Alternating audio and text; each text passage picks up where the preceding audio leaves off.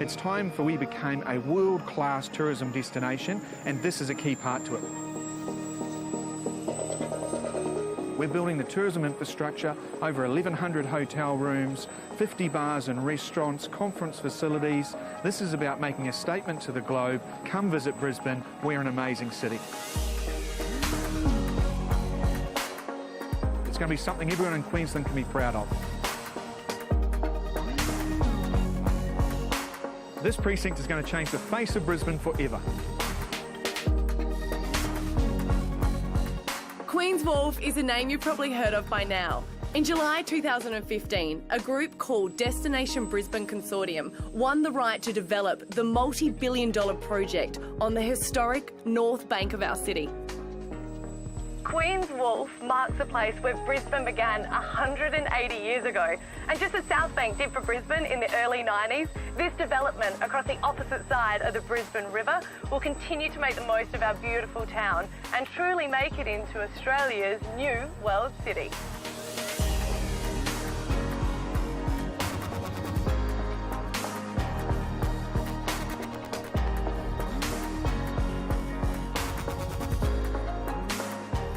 Over the next half an hour, we will discover exactly what is happening with the redevelopment of the historic Queen's Wharf precinct and what it will mean to all of us. Questions like, how long will the project take? What changes will be made? And how will we benefit from these changes? All will be answered by the many different stakeholders involved in this monumental project.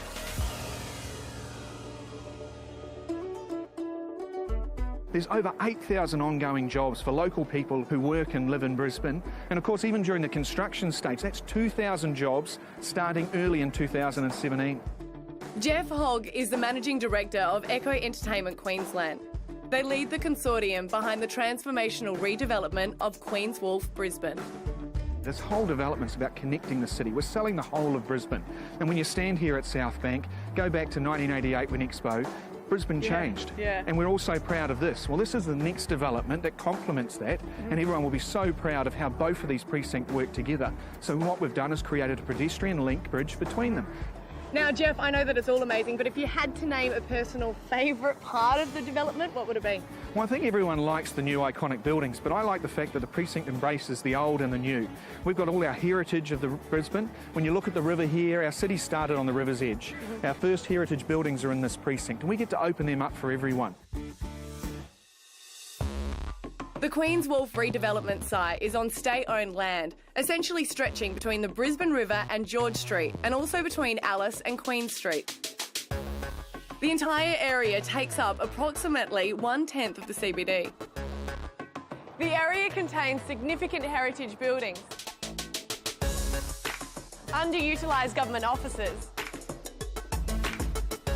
as well as this stretch of neglected riverfront land under the Riverside Expressway. But first, a bit about Echo Entertainment. Who are they?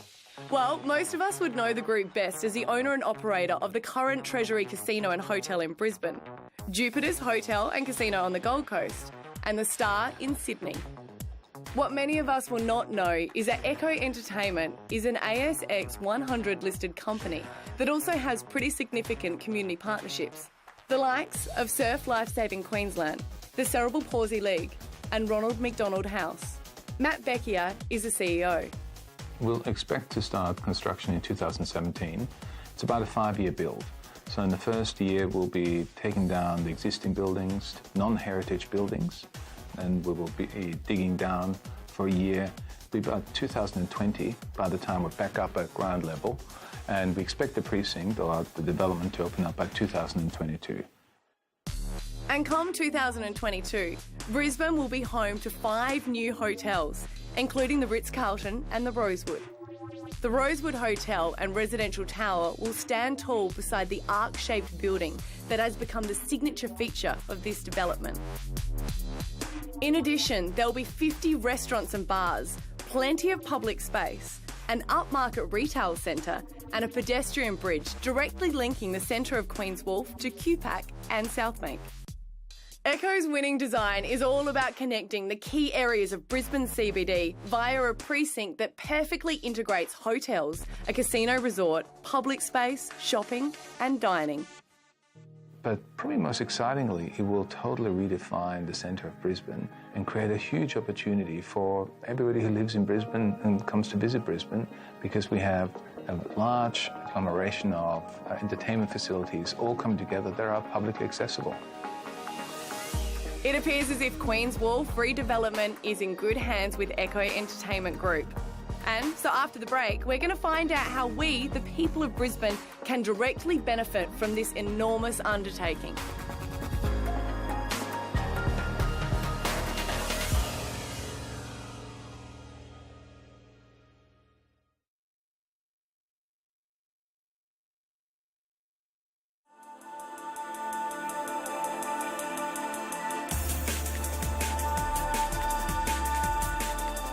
What is it that we all love about Brisbane? Well, it is our weather, for one, our laid-back lifestyle, and not to mention our booming dining and shopping scene. So if you combine all of these in one location, you'll probably end up with Queen's Wharf.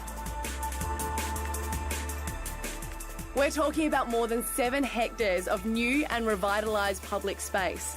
That's the equivalent of 12 football fields in size, and that area is all for our use. There will be 3 major event spaces having the capacity to cater to up to 60,000 people, from large-scale events, the likes of New Year's Eve, to accessing the iconic arc-shaped skydeck. This is the level that the skydeck will be built on, which is a public space. So could you imagine this view for Riverfire? I'm 102 metres above the river on the 25th level of 1 William Street, a government building neighbouring the Queen's Wharf precinct. In addition to the skydeck platform and lounge area, the Arc building will also house the Darling Hotel, a new 6-star hotel, restaurants, pools and the new casino. This part of the development is what is being referred to as the integrated resort. As for the old casino, which is currently housed in the Treasury building, it is being completely repurposed into a high-end shopping centre. The retail area will continue underground beneath Queen's Park and linking into the rest of the Queen's Wharf precinct. The development is attracting some pretty high-profile chefs and their hatted fine dining restaurants, the likes of Teague Izzard and Luke Newen. The food scene, the restaurant scene in Queensland is really growing. I thought it was a great opportunity for me to take, the fat noodle concept to Queensland and to Brisbane. So we're there in the Treasury at the moment, and we've been there for almost 2 years now in December, and I love it there. I love the people, I love the atmosphere there, the ambience, and people embrace my food. Now, all this planning and development obviously doesn't happen overnight. There's some serious thought and consultation that goes into a development like Queen's Wharf. And that's where the likes of Bevan Lynch comes in. Bevan is an architect and founding principal of ML Design, an architecture and master planning firm. He's also the chair of City Council's Urban Futures Brisbane Board. It became very obvious to us very early that, as a point of difference in the Destination Brisbane Consortium's bid, that they uniquely could connect the new precinct right through to Queen Street. And in terms of the CBD working as an integrated entity, that was really, we thought, critically important. So I guess when the public look at this successful bid by Destination Brisbane Consortium, there has been a lot of focus on the new sky deck that's going to be an absolutely fantastic asset for the city. It'll be the photo opportunity that everybody will take advantage of. Importantly is just what happens at the ground plane. There has been some concern about, that I've sensed that the casino is an internally focused activity, but the reality is that the casino component of this development is around 5% of the total built form. We really are quite excited about how some of the current terrific buildings, which were the heart of old Brisbane, those buildings exist. They've been generally well maintained, but they've been underutilised, and we think that by breathing new life into these beautiful old historic buildings, having the budget to properly restore them and repair them and to repurpose them so that people actually get to use them again. We think it's very exciting. And then what we finally then will have in the completed project is true connectivity from the Queen Street Mall right through to the Parliamentary Precinct and the Botanic Gardens. And then, of course, a very, I suppose, terrific opportunity, which we finally have, to connect the precinct down under the freeway to the river edge. And there's a lot of work being done in terms of creating great public spaces along the river edge on the northern bank of the river. And then, of course, a new pedestrian bridge which links from the heart of our 24/7 entertainment precinct across to the cultural precinct at South Bank. That now means that the city connects in a rather terrific way through an existing heritage-dominated precinct, a precinct which many people don't get to use or see because it doesn't offer facilities and activities that attract people to them, and to repurpose them so that people actually get to use them again. We think it's very exciting. And speaking of heritage precincts, after the break, we will have a look at the historic sites that will be repurposed and reactivated within the Queen's Wharf development. It's very much a dormant part of the city, but when it's complete, there'll be 7.9 hectares of public realm. And a lot of that will be through the heritage buildings and places.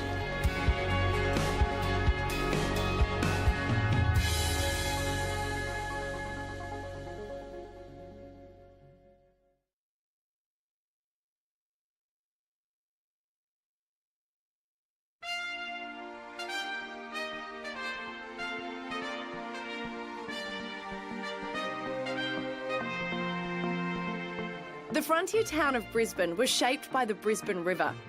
Our city's early growth and development was primarily formed by the endeavours and aspirations of the people who traded, lived and worked along the north bank of the river. And fortunately, a number of the early sites remain to this day.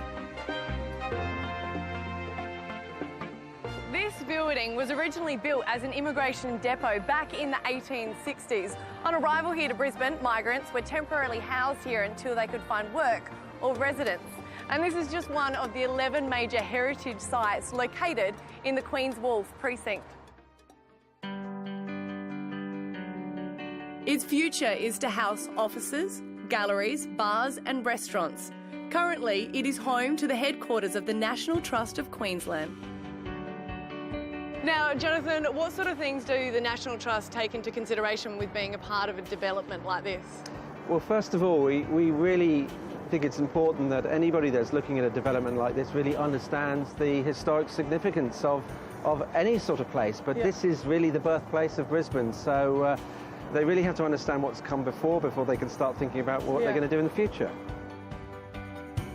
Jonathan Fisher is the CEO of the National Trust of Queensland and has been involved in the consultation and development phase of the Queen's Wharf project. What this will do is open up these buildings much more to the general public. Certainly one of the key components of the design is to make sure that these buildings are more publicly accessible, and certainly the grounds around them are a lot more in tune with the history of the place. Well, as President of the Royal Historical Society of Queensland, we are very, very enthusiastic and thrilled about what is going to happen on this, the historic North Bank of Brisbane. It will mean a huge influx of new people who've never seen this area before. Well, the Commissariat was the original storehouse for the new Moreton Bay Penal Settlement, which settled here in May 1825. It has retained the bulk of its originality.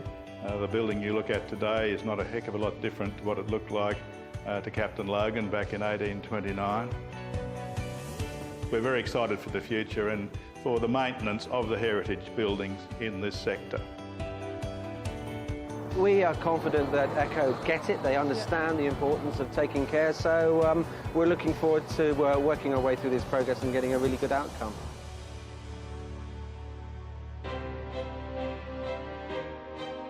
Some other well-known landmarks within the redevelopment precinct include the beautiful Victorian buildings known as the Mansions on the corner of George and Margaret Streets, where politicians of the time used to stay, and Harris Terrace on the opposite corner. These buildings will be repurposed into apartments, fresh food markets, restaurants, bars and commercial offices. This development is the largest stage construction in Brisbane since Southbank in the early 90s. It's also the biggest change to, let's face it, tired George Street since the construction of the Parliamentary Annex in the 70s. So obviously, such a big decision required the backing of the government. This is a transformation project. It's going to mean extra tourism here into Queensland, and the flow-on effects will be felt for decades to come. It'll provide vast economic benefits for the people of Queensland. We're talking 8,000 jobs, and they're very important jobs for us. But it's not just that. It creates a world city. It creates a place where everyone in Queensland and in Brisbane will want to go. It takes Brisbane history with it. It will open up that precinct. People will walk past those buildings. Those buildings will be now open, accessible, repurposed, and they'll have a story to tell. So people will be able to look and live the history of Brisbane all at this precinct. This will be the mark of Brisbane. People will look at Queen's Wharf and go, that is Brisbane. They'll be able to recognise it so well. And after the break, we'll find out what some of the leaders in Queensland's tourism industry think of the development and how they believe Queen's Wharf will in fact forever change Brisbane.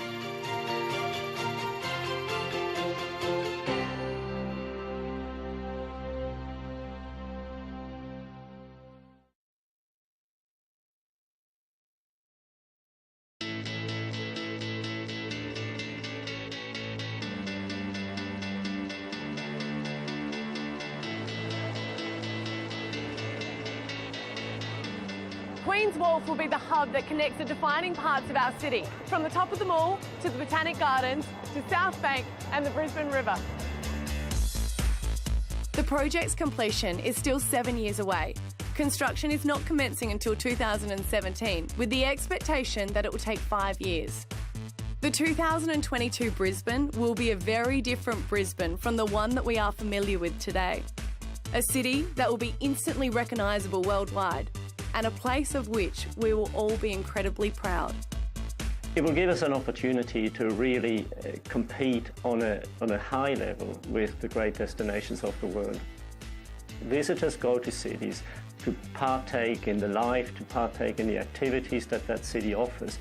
Places where the locals are excited about what they have and what they can do.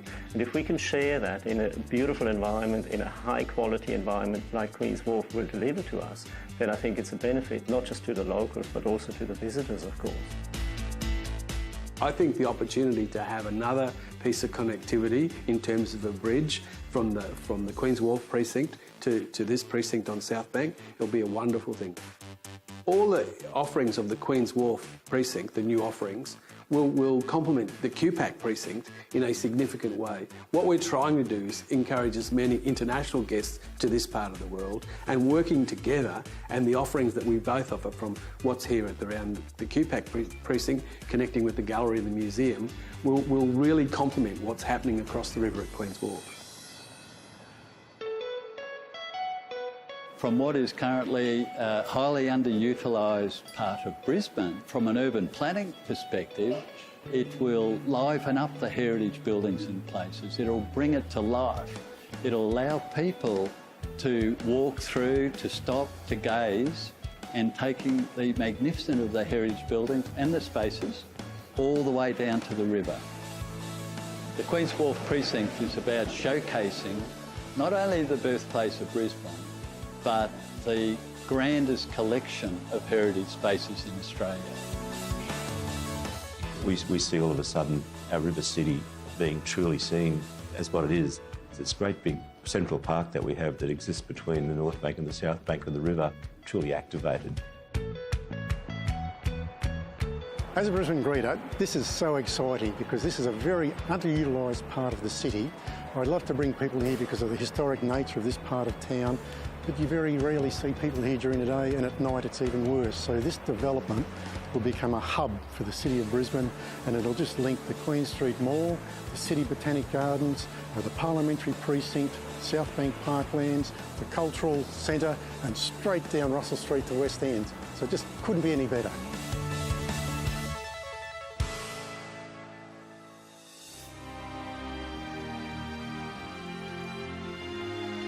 You know, in marketing, it's the art of telling a story so compelling that people choose you. I think Queen's Wharf is going to be one of those iconic buildings, precincts, that's going to allow us to tell a story so compelling that people want to come and see it, just like they've done in Singapore and Marina Bay Sands. I think Queen's Wharf is going to really be an iconic landmark that people of Brisbane are going to be so proud to show off.